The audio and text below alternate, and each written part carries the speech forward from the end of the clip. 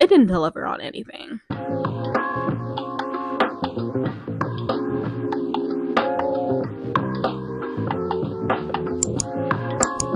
Hello, welcome to Rissel Reads. I'm Deja, and today we are going to talk about the rest of my 2025 DNFs. So I did part one of this video back in June or July. I try to do them in two parts just because I don't want this video to be super long. And so these are just the rest of the books that I DNF'd for 2025.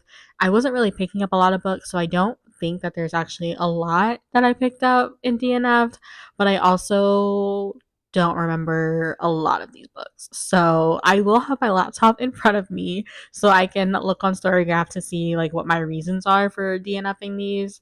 But without further ado, let's go ahead and get into this video. So the first one that I have is Stormy Nights, and honestly, it was the writing for me. I just could not get into it. It just felt kind of boring to me because we were just going day to day through things, and I only picked this up because I got it at a free stuff your Kindle event, and I'm trying to make my way through those books. So this one was just like a short read, and I was looking for something short as well. But yeah, the writing in this book just didn't work for me. I feel like it was trying to be like literary and like deep with like the emotions or something, but like it just didn't work. And I think that's just because of the actual writing. So yeah, I DNF'd that one at 5%. The next one that I DNF'd was Dead Silence by S.A. Barnes. And this one, I feel like it was because of the character. I could not stand this character. Oh my gosh, being in this character's head was rough. I feel like the suspense when it was there was really good, but I felt like a lot of the time, like there was like so much descriptions about everything that it was kind of killing that tension for me. And I feel like with the story, it was supposed to be very tension filled. And so I couldn't like help but struggle to be engaged with this story and pair that with the character's voice and just like how annoying she kind of was to me. Like I just could not get over that she was really selfish and was just like, I'm gonna go explore this distress signal because there's nothing left for me, and everybody else basically has a life, and she's just like, no, I'm the captain, we're gonna go do this. And I'm just like, what? Like just from that first get-go, like I was just like, no, like why? I wish that I would have liked this a little bit better, because when the author did have that tension and the suspense and all those creepy elements, I feel like they were really good, but it was everything else that just didn't work for me. The next one I received as an arc, and I am disappointed because this book, it had so much potential to be like a new favorite of mine. And I know a lot of people really like it. And so before I even like continue, let me just tell you what the book is. And this is August Lane by Regina Black. Now, I've been looking for more emotional, like slow burn romances by Black authors because I don't feel like I have access to a lot of them. And so I was really excited for this one because I feel like just from the samples of this author's writing, I felt like I could really enjoy this. But the thing with this story is that I feel like it was taking way too long to get to the point. There was like so much extra information in this book that it kept detracting from what I felt like the main story was. I really liked that this was following like country singers and they had like this past relationship with each other, but all of the information dumps in this book was terrible. I only made it about 15% into this, but I feel like half of what we had in this beginning part could have been cut. And maybe it would get better, but I was talking to somebody else, TA Summers. I'll link their channel down below. But I was talking to her because it was a buddy read for us, and she managed to finish it, but she was also disappointed by this book. So I'm just like, I don't want another disappointing read because my 2025 has not been good in reading. And so I was just like, I don't want that. Like, if I would have finished this, it probably would have been like a 3-star. And that makes me upset because I wanted more like emotionally damaged characters finding their way to each other again. But I don't know. The execution of this and some things that it was just really the execution of this that left it not for me. And I'm very disappointed. I think I would probably try something else by this author, but yeah, August Lane was a huge disappointment for me. So the next one that I have is We Were Not Kings. And this is one that I got on a read now for NetGalley, so I got an e-arc of it. And this one, I just feel like the main character we were following, was just too passive for this story. I feel like everything else around him and everyone else was way more interesting, and he was just kind of like floating by. And I feel like I need to like connect to the character. I feel like I need a more active character, especially in a literary novel where it is more slow and more about like those character relationships and stuff. But I just feel like the wrong character was telling the story because he wasn't interesting. I thought his brother could have been like a very interesting protagonist to actually see this story through. But I don't know, like this was just kind of disappointing. And I think because the character was so passive, like I just had a hard time like caring about anything happening. Like there was a lot of family trauma and stuff happening in this book, but because the character just kind of like sat there and didn't do anything until somebody else told him to go do something, then like I just couldn't care. And so yeah, I ended up DNFing that one, which is a disappointment because I think that if the character had like some kind of like motivation or internal struggle, which I think it's maybe going to be hinted at a little bit more later on, but like just because it wasn't in the beginning, I just wasn't captivated. And I didn't really have the patience at the time to really like wait for me to get connected to the story. Okay, so this next one is a historical romance, and I think it's also a Christian romance. This book is Daughters of Shiloh, and I'm actually gonna look down at my computer screen because I vaguely remember like what I thought about this, but not really. And so I reached 39% into this, and nothing I thought would intrigue me has happened. And so, okay, I think I kind of remember. So I've started to be really like adamant about reading the back summary, blurb, whatever you call it, of a book before I read it, so then I know like the right expectations. But this one, I feel like by the 39% mark, like I don't think everything that intrigued me about the summary actually happened at that point. And so I feel like there was like pacing issues with this book. There's supposed to be a mystery, but that wasn't introduced yet. The characters, while I liked the historical setting and I could see like where their dynamic was gonna go, I just feel like they just were a little flat for me. And then I think because the characters were so flat, then the chemistry between them I just wasn't really feeling. And so it could have been good, but again, the execution just didn't work for me. And I decided to just cut my loss. And so this next one is As Long as You're Mine. And I, oh my gosh, this book was questionable. So when I went into this, I thought we'd get a little bit more culture into like the 1930s Hollywood vibe, but I feel like we never really got that. It felt very contemporary to me, and I didn't like that. Like I went into the story for that 1930s Hollywood vibe, specifically Black Hollywood vibe, and I also didn't get the Black Hollywood vibe because a lot of the characters in this book are not actually Black. Like one character is passing, and she doesn't even really go to her Black family. And so it's just a book full of white people. And basically the only passing Black character in this book, she isn't even treated the best. Like she is having an affair. She ends up being killed actually. So she's not even in the book for like the present day, which is like in the 50s, which it also didn't feel like the 50s.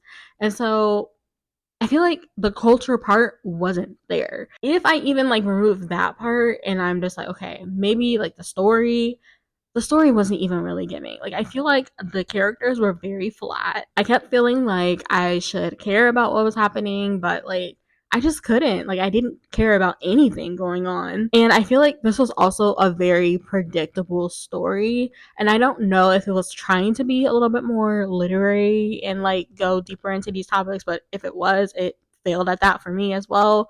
But if it was trying to be like this more like mystery, like what happened to this black actress, I like it's so predictable, like what happens. Like I flipped to the end and I was just like, I would have been pissed if I got all the way to the end and this is what I got. So this is definitely one that I would say to skip because it didn't deliver on anything. So this next one is kind of a disappointment, but I kind of expected it to kind of go this way.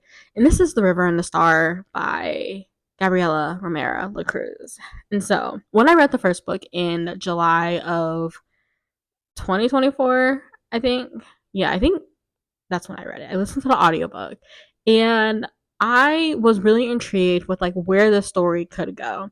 I thought that the first book had pacing issues, but the way that it left off with the characters, I was very intrigued to see where the story would go. Now, this book, I I'm so disappointed because I think my main problem with this book was the pacing and also focusing on the things that I didn't care about. Like, yes, there was like a little bit of a romance in the first book, but that wasn't like the main story. I feel like the second book is trying to be fantasy romance, romantasy, and I don't feel like that's what the first book was.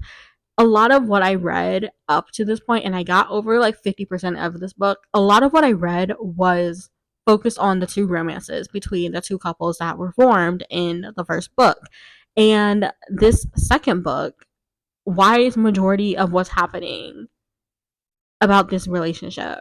Like I wanted more with the gods. I really really enjoyed like the cultural aspects of that fantasy world that I read in the first book. But I feel like that was not here in the second book because they were trying to focus on the romance. And seeing the book that they're going to be publishing after this series, I'm just like, it makes sense. Like, I feel like they were pushed to write romantasy or whatever. And I think that ruined the story, to be honest. I wanted more with like the Falcos. I wanted more with the politics and stuff. And like, there's little hints here and there, but like, that wasn't like the focus of the story. And that's why I ended up having to DNF it. In addition to all of the pacing issues that I feel like the story still had, I just think that part of this could have been like cut down. We could have focused less on the romance, and I feel like more could have happened with like the gods, and they took a back seat in a lot of it.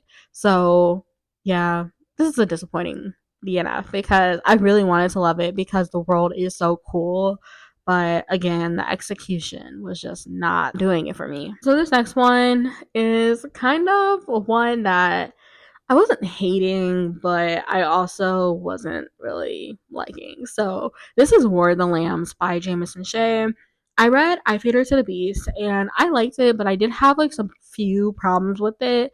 And I feel like this one, I was kind of bored. I feel like this book could have been way shorter to tell a more concise story because the author can definitely like write like a sentence. Like they are really great at their prose, but the actual story I just had trouble like connecting with.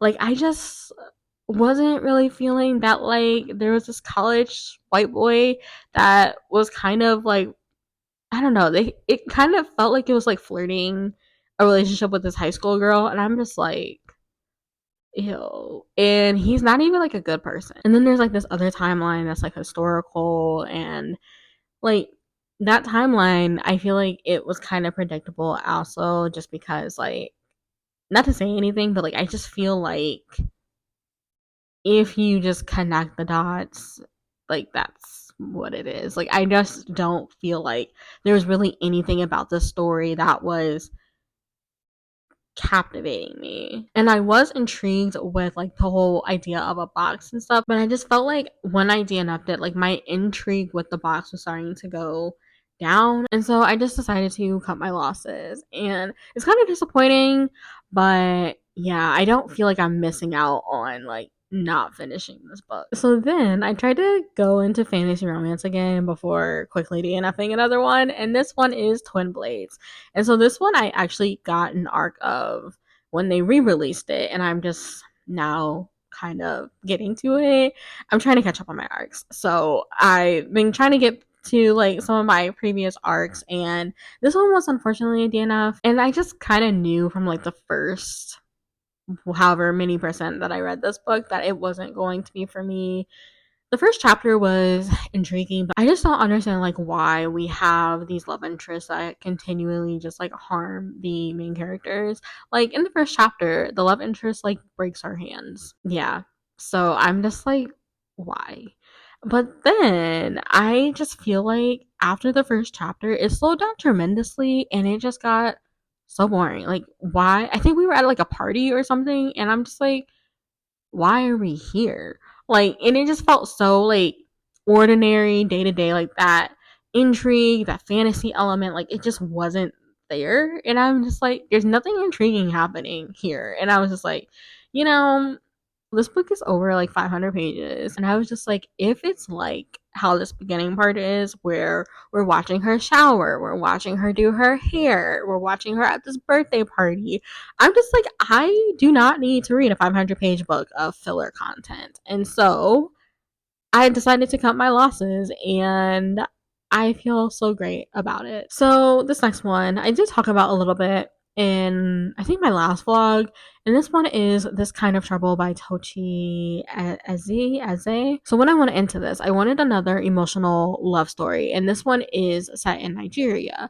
But what I didn't know was that this was interracial, and I don't even know if this is technically even like a romance, because honestly I didn't get that far. And if it is a romance, the way that the dynamics were set up were very cringy at best. So my first red flag was that, so we get this like flashback of these two characters that are in kind of this like pre-colonial Nigeria, and there's this guy that's talking about how he can tell a woman is a virgin by just looking at them or whatever, and I'm just like, well, that is something. And then we get like another like dynamic in this like historical part of this book where there's like a missionary, and I think it's his, what is it, his nephew or something. Like he is basically falling in love with like this Nigerian girl, but they can't even really communicate. And I was just like, I don't think I'm gonna like this dynamic. But I didn't read far enough to actually like see their dynamic like develop. But then we go to this like present day kind of storyline where like this white guy named Benjamin is basically talking about how he's Nigerian and all this other stuff. And just the way that they set up Benjamin, I just feel like I wasn't gonna be a fan of just how I feel like he was gonna be like running through like Nigerian women as this white man, and I don't know, maybe I misinterpreted something, and maybe I was just annoyed with all of my arcs at this point, but I don't know. This book was not for me. I also just didn't really like the writing. I'm realizing that I struggle with like this kind of passive storytelling where they're trying to tell us a story of like what happened. Like I didn't like it in We Were Not Kings. I didn't like it in this story. And I also didn't like it in whatever that popular book was from the Caribbean, Black Cake. I did not like that book either. Like I never finished it. So I feel like it's just the kind of storytelling and literary books that I just don't like. And so all of that just paired together, this book was not for me. And then I tried another fantasy romance, and this is The House of Glass and Night. And this one, I feel like the author was good at like keeping me intrigued in the beginning, but the main character, whatever her name is, she just felt so immature to me, and I don't feel like the writing was the best in the story. I feel like the elf part could have been interesting, but as soon as the politics started happening, like I just didn't really care because of this like female main character that I didn't care about. I also didn't necessarily like the male main character. He just gave me very much what you always see in fantasy romance, which is like these hard brute like male main characters. And I was just like, because I don't really care about like these two characters, this immature woman that has an 8-year-old somehow, and this like brute warrior elf guy guard or whatever. I was like, because I don't care about them, I don't really care about following their love story. So that was another DNF. And the last one that I DNF for 2025 is one that I think that I could potentially go back to, because it's not necessarily that I was hating it. I think because I was reading this on my phone that maybe I wasn't enjoying it. But then again, this is the second time that I put this book down, so I don't know. But this book is Memory Lost by Glori Medina. I feel like this book has promise to me. I wasn't hating what I was reading. I actually pretty much like enjoyed like the sci-fi elements, even though I kept getting lost. So I had to like read it a little bit slower because there was like a lot of sci-fi political things happening. But I think that when it came to the actual romance part of it, I just wasn't really like buying them. I think that the female main character, I'm forgetting her name, but I feel like she could have been fine. Like I could have handled her okay. But the male main character, I don't know, there was like some kind of disconnect for me with him. I think just even from like the start, like he just kind of rubbed me wrong because he basically threatened like her livelihood because of something that happened in their past. But even in his voice, like he's this like privileged guy, and I just feel like that privilege and what ended up happening to the female main character, I don't know. I just don't know if I actually want them to be together. And there's this like marriage of convenience stuff happening, but I also feel like I don't know why that's even in the story, because if we were just to go by like the sci-fi plot things that were just being set up, like I feel like that would have like thrust the characters together anyway, as opposed to like this random marriage that they're trying to force them into. So I don't know. I might try this again, but like I said, I tried this on audiobook. It didn't like the audio narrator, and now I got further into it and I DNF'd it, but maybe this is a soft DNF. I don't know. We'll see, because I want to find BIPOC sci-fi romances, but I'm not necessarily like an alien romance person. So if you have any recs, please let me know, because it is dire out here. Because I either find AI ones or they're just on KU, and I don't use KU, and so yeah, I would love any recs that you have. But that is all of the books that I DNF'd for 2025. If you're interested in part one, I will link that down below. But I'm determined in 2026 to DNF everything that I'm not enjoying. And so far, I think I've been good at that. I have to keep reminding myself to do that. But I think I've been okay. But I really hope that you have enjoyed this video. Please let me know if any of these books are ones that I should maybe give a second chance. It may be hard to convince me, but I may listen to you. But yeah, if you don't want to do that, you can just leave whatever emoji I put on the screen. But until next time, I will see you in my next video. Bye.